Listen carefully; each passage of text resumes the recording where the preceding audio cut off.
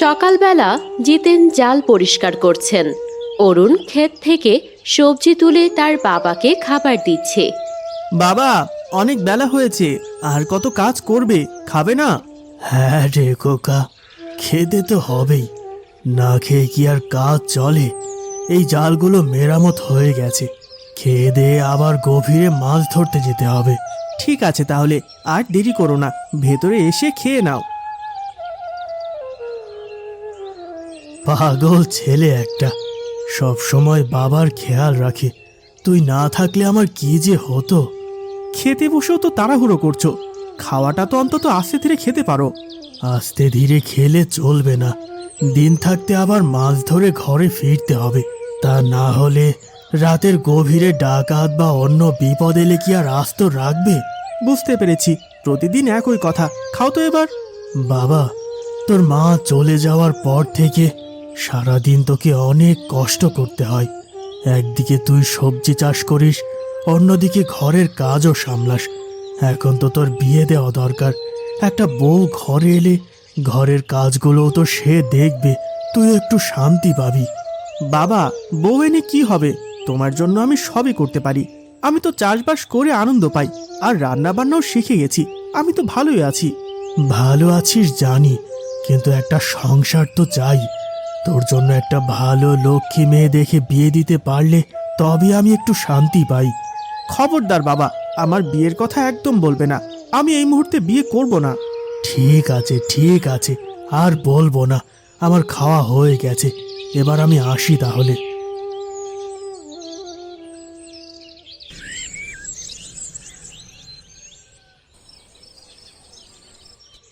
জিতেন বাড়ি ফিরতে গিয়ে জঙ্গলের মাঝে পথ হারান।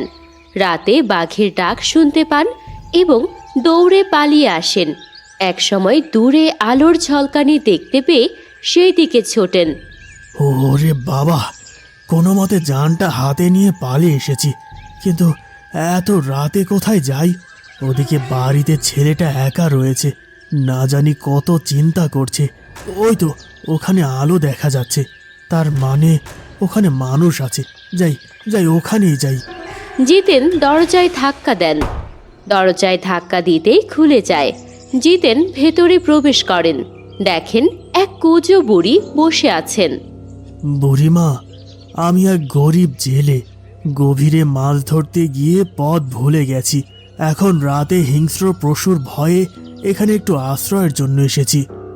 ঠিক আছে, তুমি এখানে থাকতে পারো, কিন্তু একটা শর্ত আছে। কি শর্ত মা?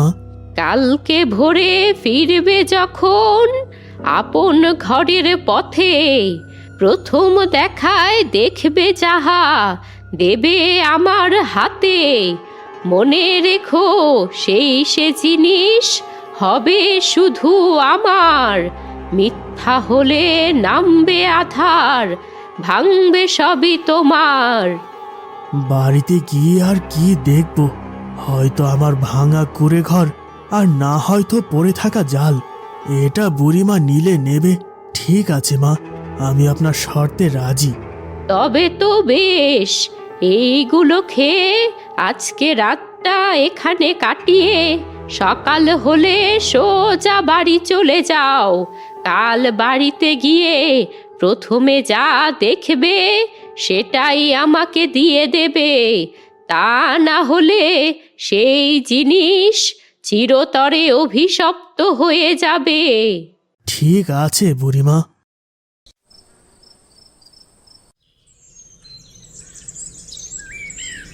পরের দিন সকালে জিতেন বাড়িতে এসেই তার একমাত্র ছেলে অরুণকে দেখতে পান। অরুণকে দেখে জিতেনের মাথায় আকাশ ভেঙে পড়ে। হায় হায় হায় হায়, আমার কি সর্বনাশ হলো! আমি কেন প্রথমে আমার ছেলেকে দেখতে পেলাম? বাবা, কি সর্বনাশ হয়েছে? এভাবে কাঁদছো কেন? তুমি সারা রাত কোথায় ছিলে?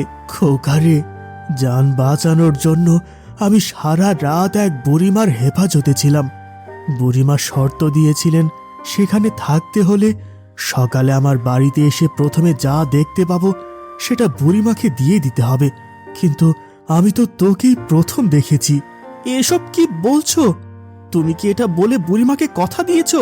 হ্যাঁ রে খোকা, কথা দিয়ে এসেছি, কিন্তু তুই চিন্তা করিস না, প্রয়োজন হলে আমি বুড়িমার হাতে পায়ে ধরে তোকে ভিক্ষা চাইবো। না বাবা, তুমি যখন কথা দিয়েছো আমাকে তো যেতেই হবে, চলো এক্ষুনি ওই বুড়িমার কাছে চলো। কিন্তু খোকা, তুমি আমাকে হারানোর ভয় করছো।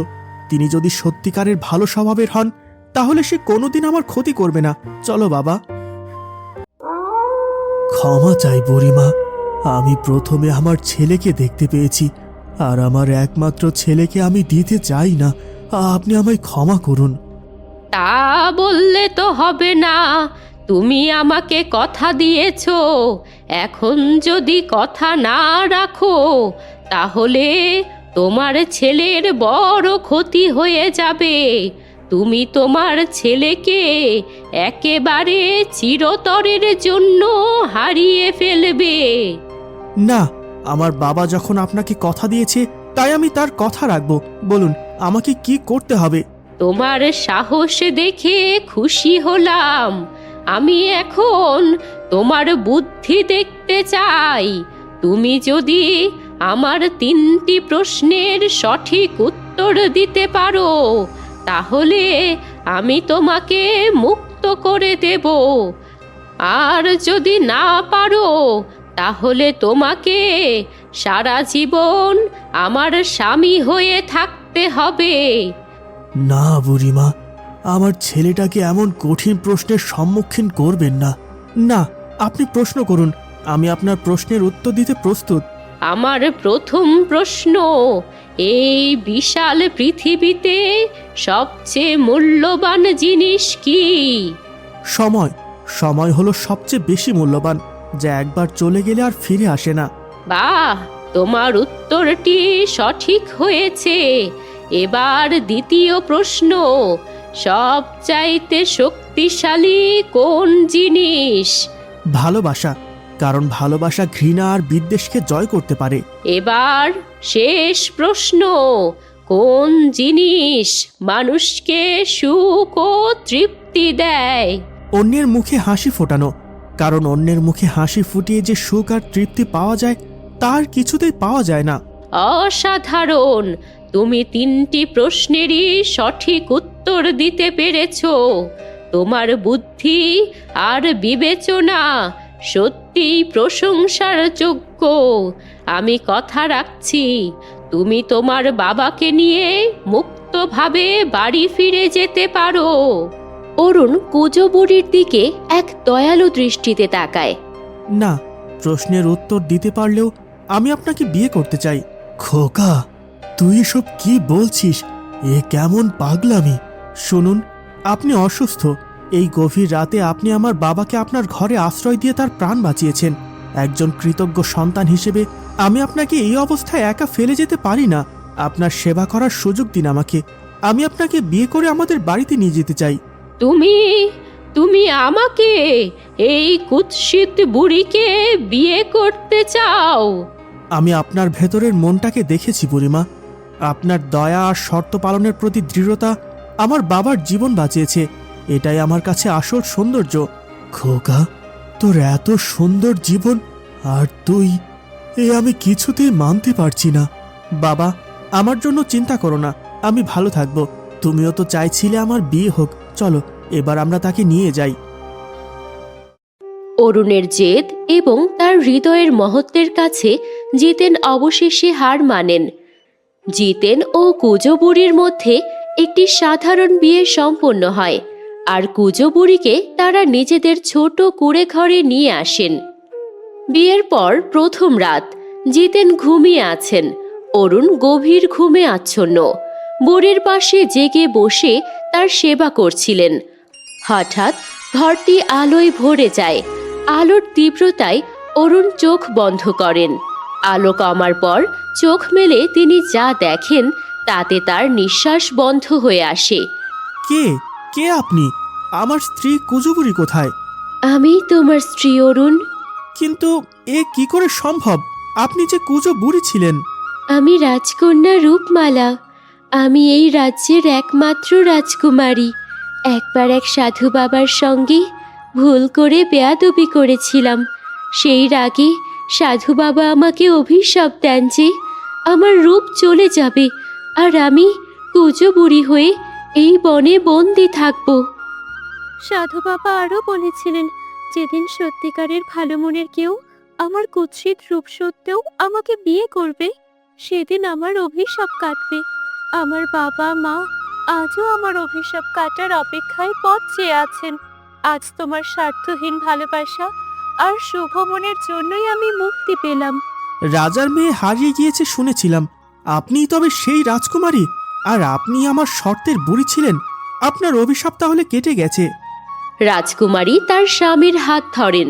ততক্ষণে জিতেন জেগে ওঠেন এবং পুরো দৃশ্য দেখে আনন্দে বাকরুদ্ধ হয়ে যান। বাবা, আপনি চিন্তা করবেন না, আপনার ছেলে হবে আগামীতে মহারাজ। খোকা, তুই প্রমাণ করে দিলি যে মনের সৌন্দর্যই আসল সৌন্দর্য। অরুণ, জিতেন এবং রাজকুমারী রাজপ্রাসাদের দিকে রওনা হন। জেলের ছেলে অরুণ তার সততা ও ভালোবাসার গুণে হয়ে ওঠেন এক বিশাল রাজ্যের মহারাজ। সবাই সুখে শান্তিতে বসবাস করতে থাকে।